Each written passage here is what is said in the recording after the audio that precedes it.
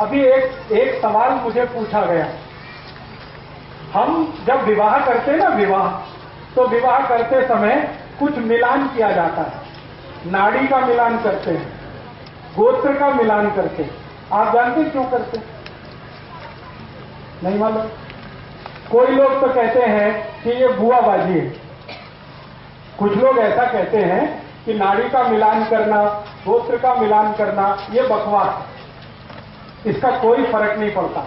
लेकिन इसका फर्क बहुत गहरा है, ये साइंटिफिक बात है। बात ऐसी है कि हम जब गोत्र और नाड़ी का मिलान करते हैं तो इस बात को ध्यान करते हैं कि डीएनए एक ही ना हो, ऐसे स्त्री पुरुष की शादी ना हो। एक ही डीएनए ग्रुप वालों की शादियां अगर हो गई तो जिंदगी भर संतान का त्रास रहेगा।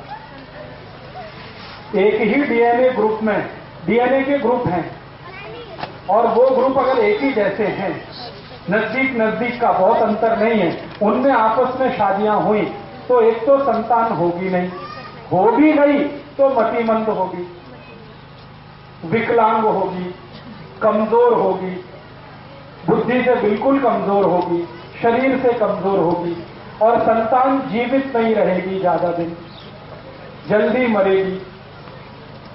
अगर एक ही ब्लड ग्रुप के नजदीक वालों की शादियां हो गई तो जब हम नाड़ी और गोत्र देखते हैं तो उसका इसी बात का ध्यान रखते हैं।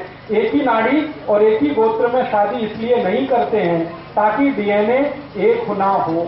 डीएनए एक होने के चांसेस तभी हैं जब नाड़ी एक हो और गोत्र एक हो तो 100% ब्लड ग्रुप एक हो जाता है, इसलिए यह ध्यान रखा जाता है। तो हमारे बुजुर्गों ने एक परंपरा बनाई, विवाह करने के पहले नाड़ी का मिलान करना, गोत्र का मिलान करना। वो परंपरा बहुत साइंटिफिक है।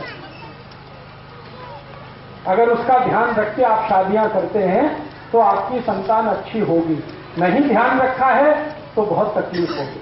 अब आजकल हमारे देश में क्या हुआ है, प्रेम विवाह बहुत होने लगे, लव मैरिजेज होने लगे, उसमें ये कोई ध्यान रखता नहीं, ना नाड़ी का ना गोत्र का, और सब लोगों को ये त्रास है।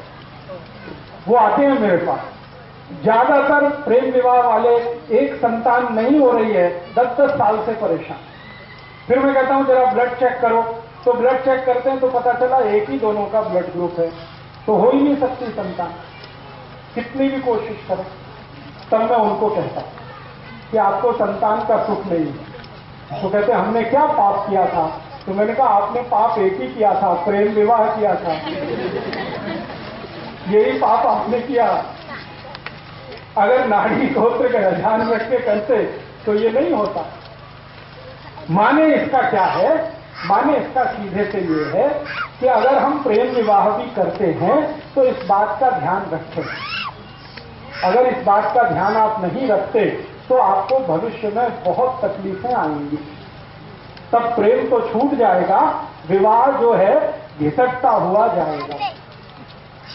ये जो प्रेम है ना, ये ज्यादा दिन टिकता विकता नहीं है, क्योंकि ये आवेग जैसा होता है, ये इंपल्स है। एक कुछ खास तरह का हार्मोन हमारे माइंड में बनता है, उसका नाम है डोपामाइन, और डोपामाइन एक अकेला हार्मोन है जो थोड़ी देर ही टिकता है। तो प्रेम भी डोपामाइन का असर है, थोड़ी देर टिकता है, उसके बाद खत्म हो जाता है, स्त्री में भी पुरुष में भी। और जब प्रेम खत्म हो जाता है तब जीवन में असली संघर्ष शुरू होता है, असली। और वो इतना खराब संघर्ष होता है कि कोई देख नहीं सकता।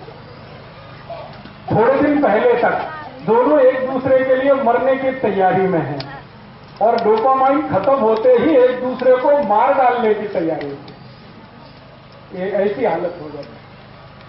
एक दिन पहले तक या 2 दिन पहले तक या 5-10 दिन पहले तक किसी स्त्री को उसका पुरुष और किसी पुरुष को उसकी स्त्री दुनिया का सबसे सुंदर, इससे ज्यादा सुंदर तो हो ही नहीं सकता, और 5-6 दिन के बाद ही दुनिया का सबसे कुरूप चेहरा वही है जो उसकी अपनी स्त्री है या उसका अपना पति है।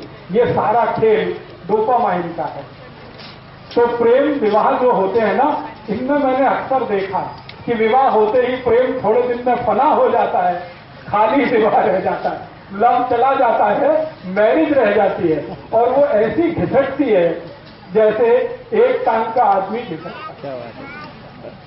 तो आप जीवन में कोई फैसला करें तो किसी आवेग में ना करें, मेरा ये कहना है।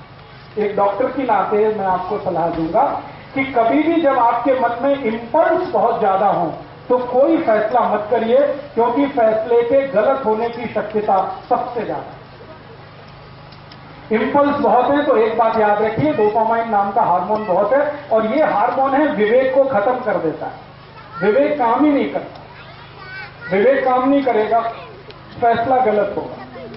फैसला गलत होगा, जीवन भर आप पछताएंगे कि हमने एक समय पे छोटा सा गलत फैसला किया, उसका दुष्परिणाम जीवन भर भुगतना पड़ा। तो ये आप मत करिएगा।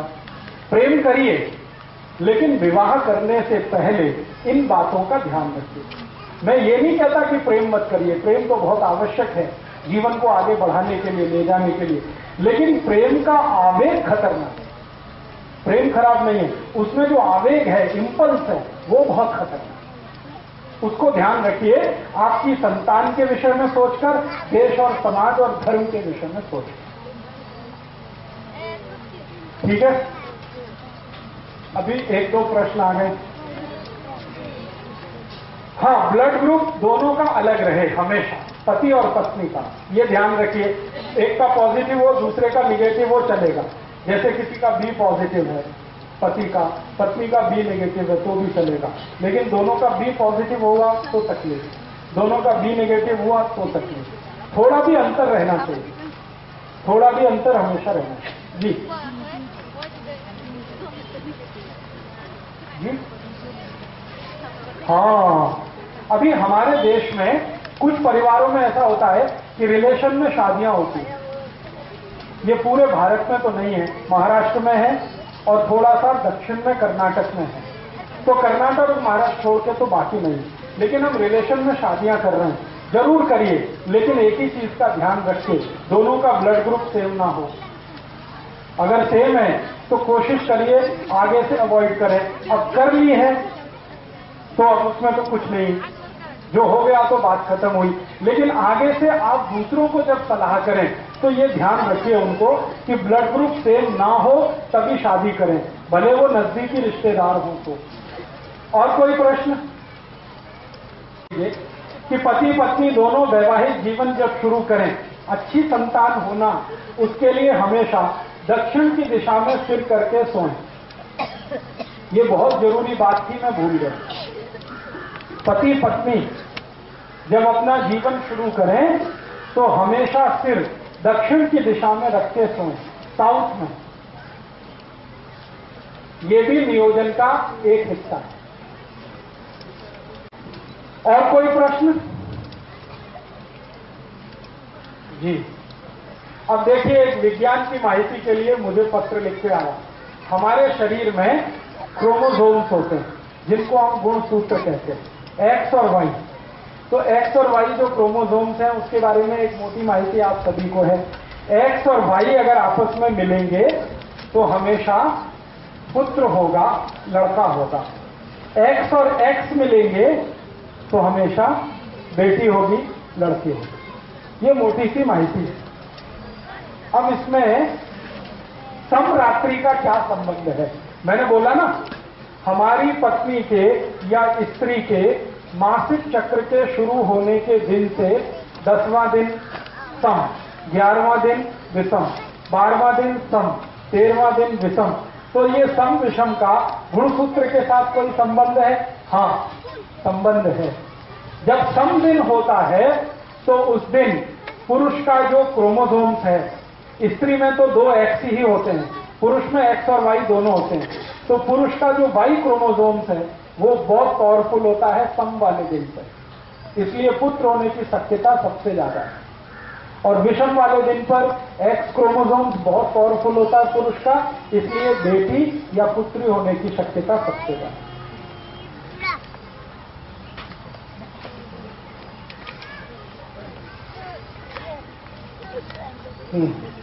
अब देखिए, एक बहुत अच्छा सवाल, वो सबके लिए मैं बोलना चाहता हूं। स्त्रियों को जब मासिक पाड़ी आती है ना, तो घर के जो पुराने बुजुर्ग हैं वो बहुत सारे कड़क नियम पालन करवाते हैं।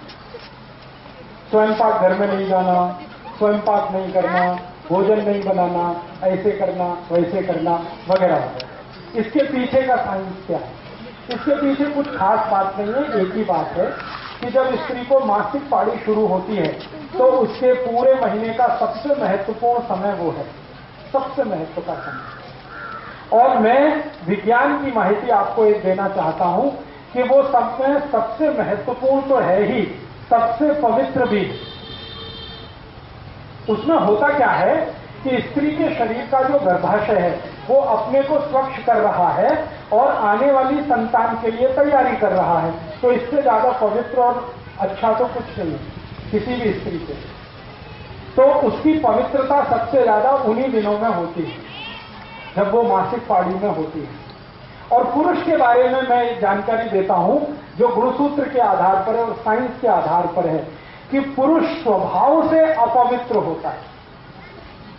हाँ, इसमें आप हंसिए मत, ये सच है। पुरुष जो है स्वभाव से, चरित्र से, बाई नेचर, बाई कैरेक्टर अपवित्र होता है, इम्प्योर जिसको कहते हैं, उसमें पवित्रता ज्यादा नहीं है। इसलिए आपको हैरानी होगी, भारत में बहुत सारे ऐसे देवस्थान हैं जहां पर पुरुष को जाने की अनुमति नहीं है।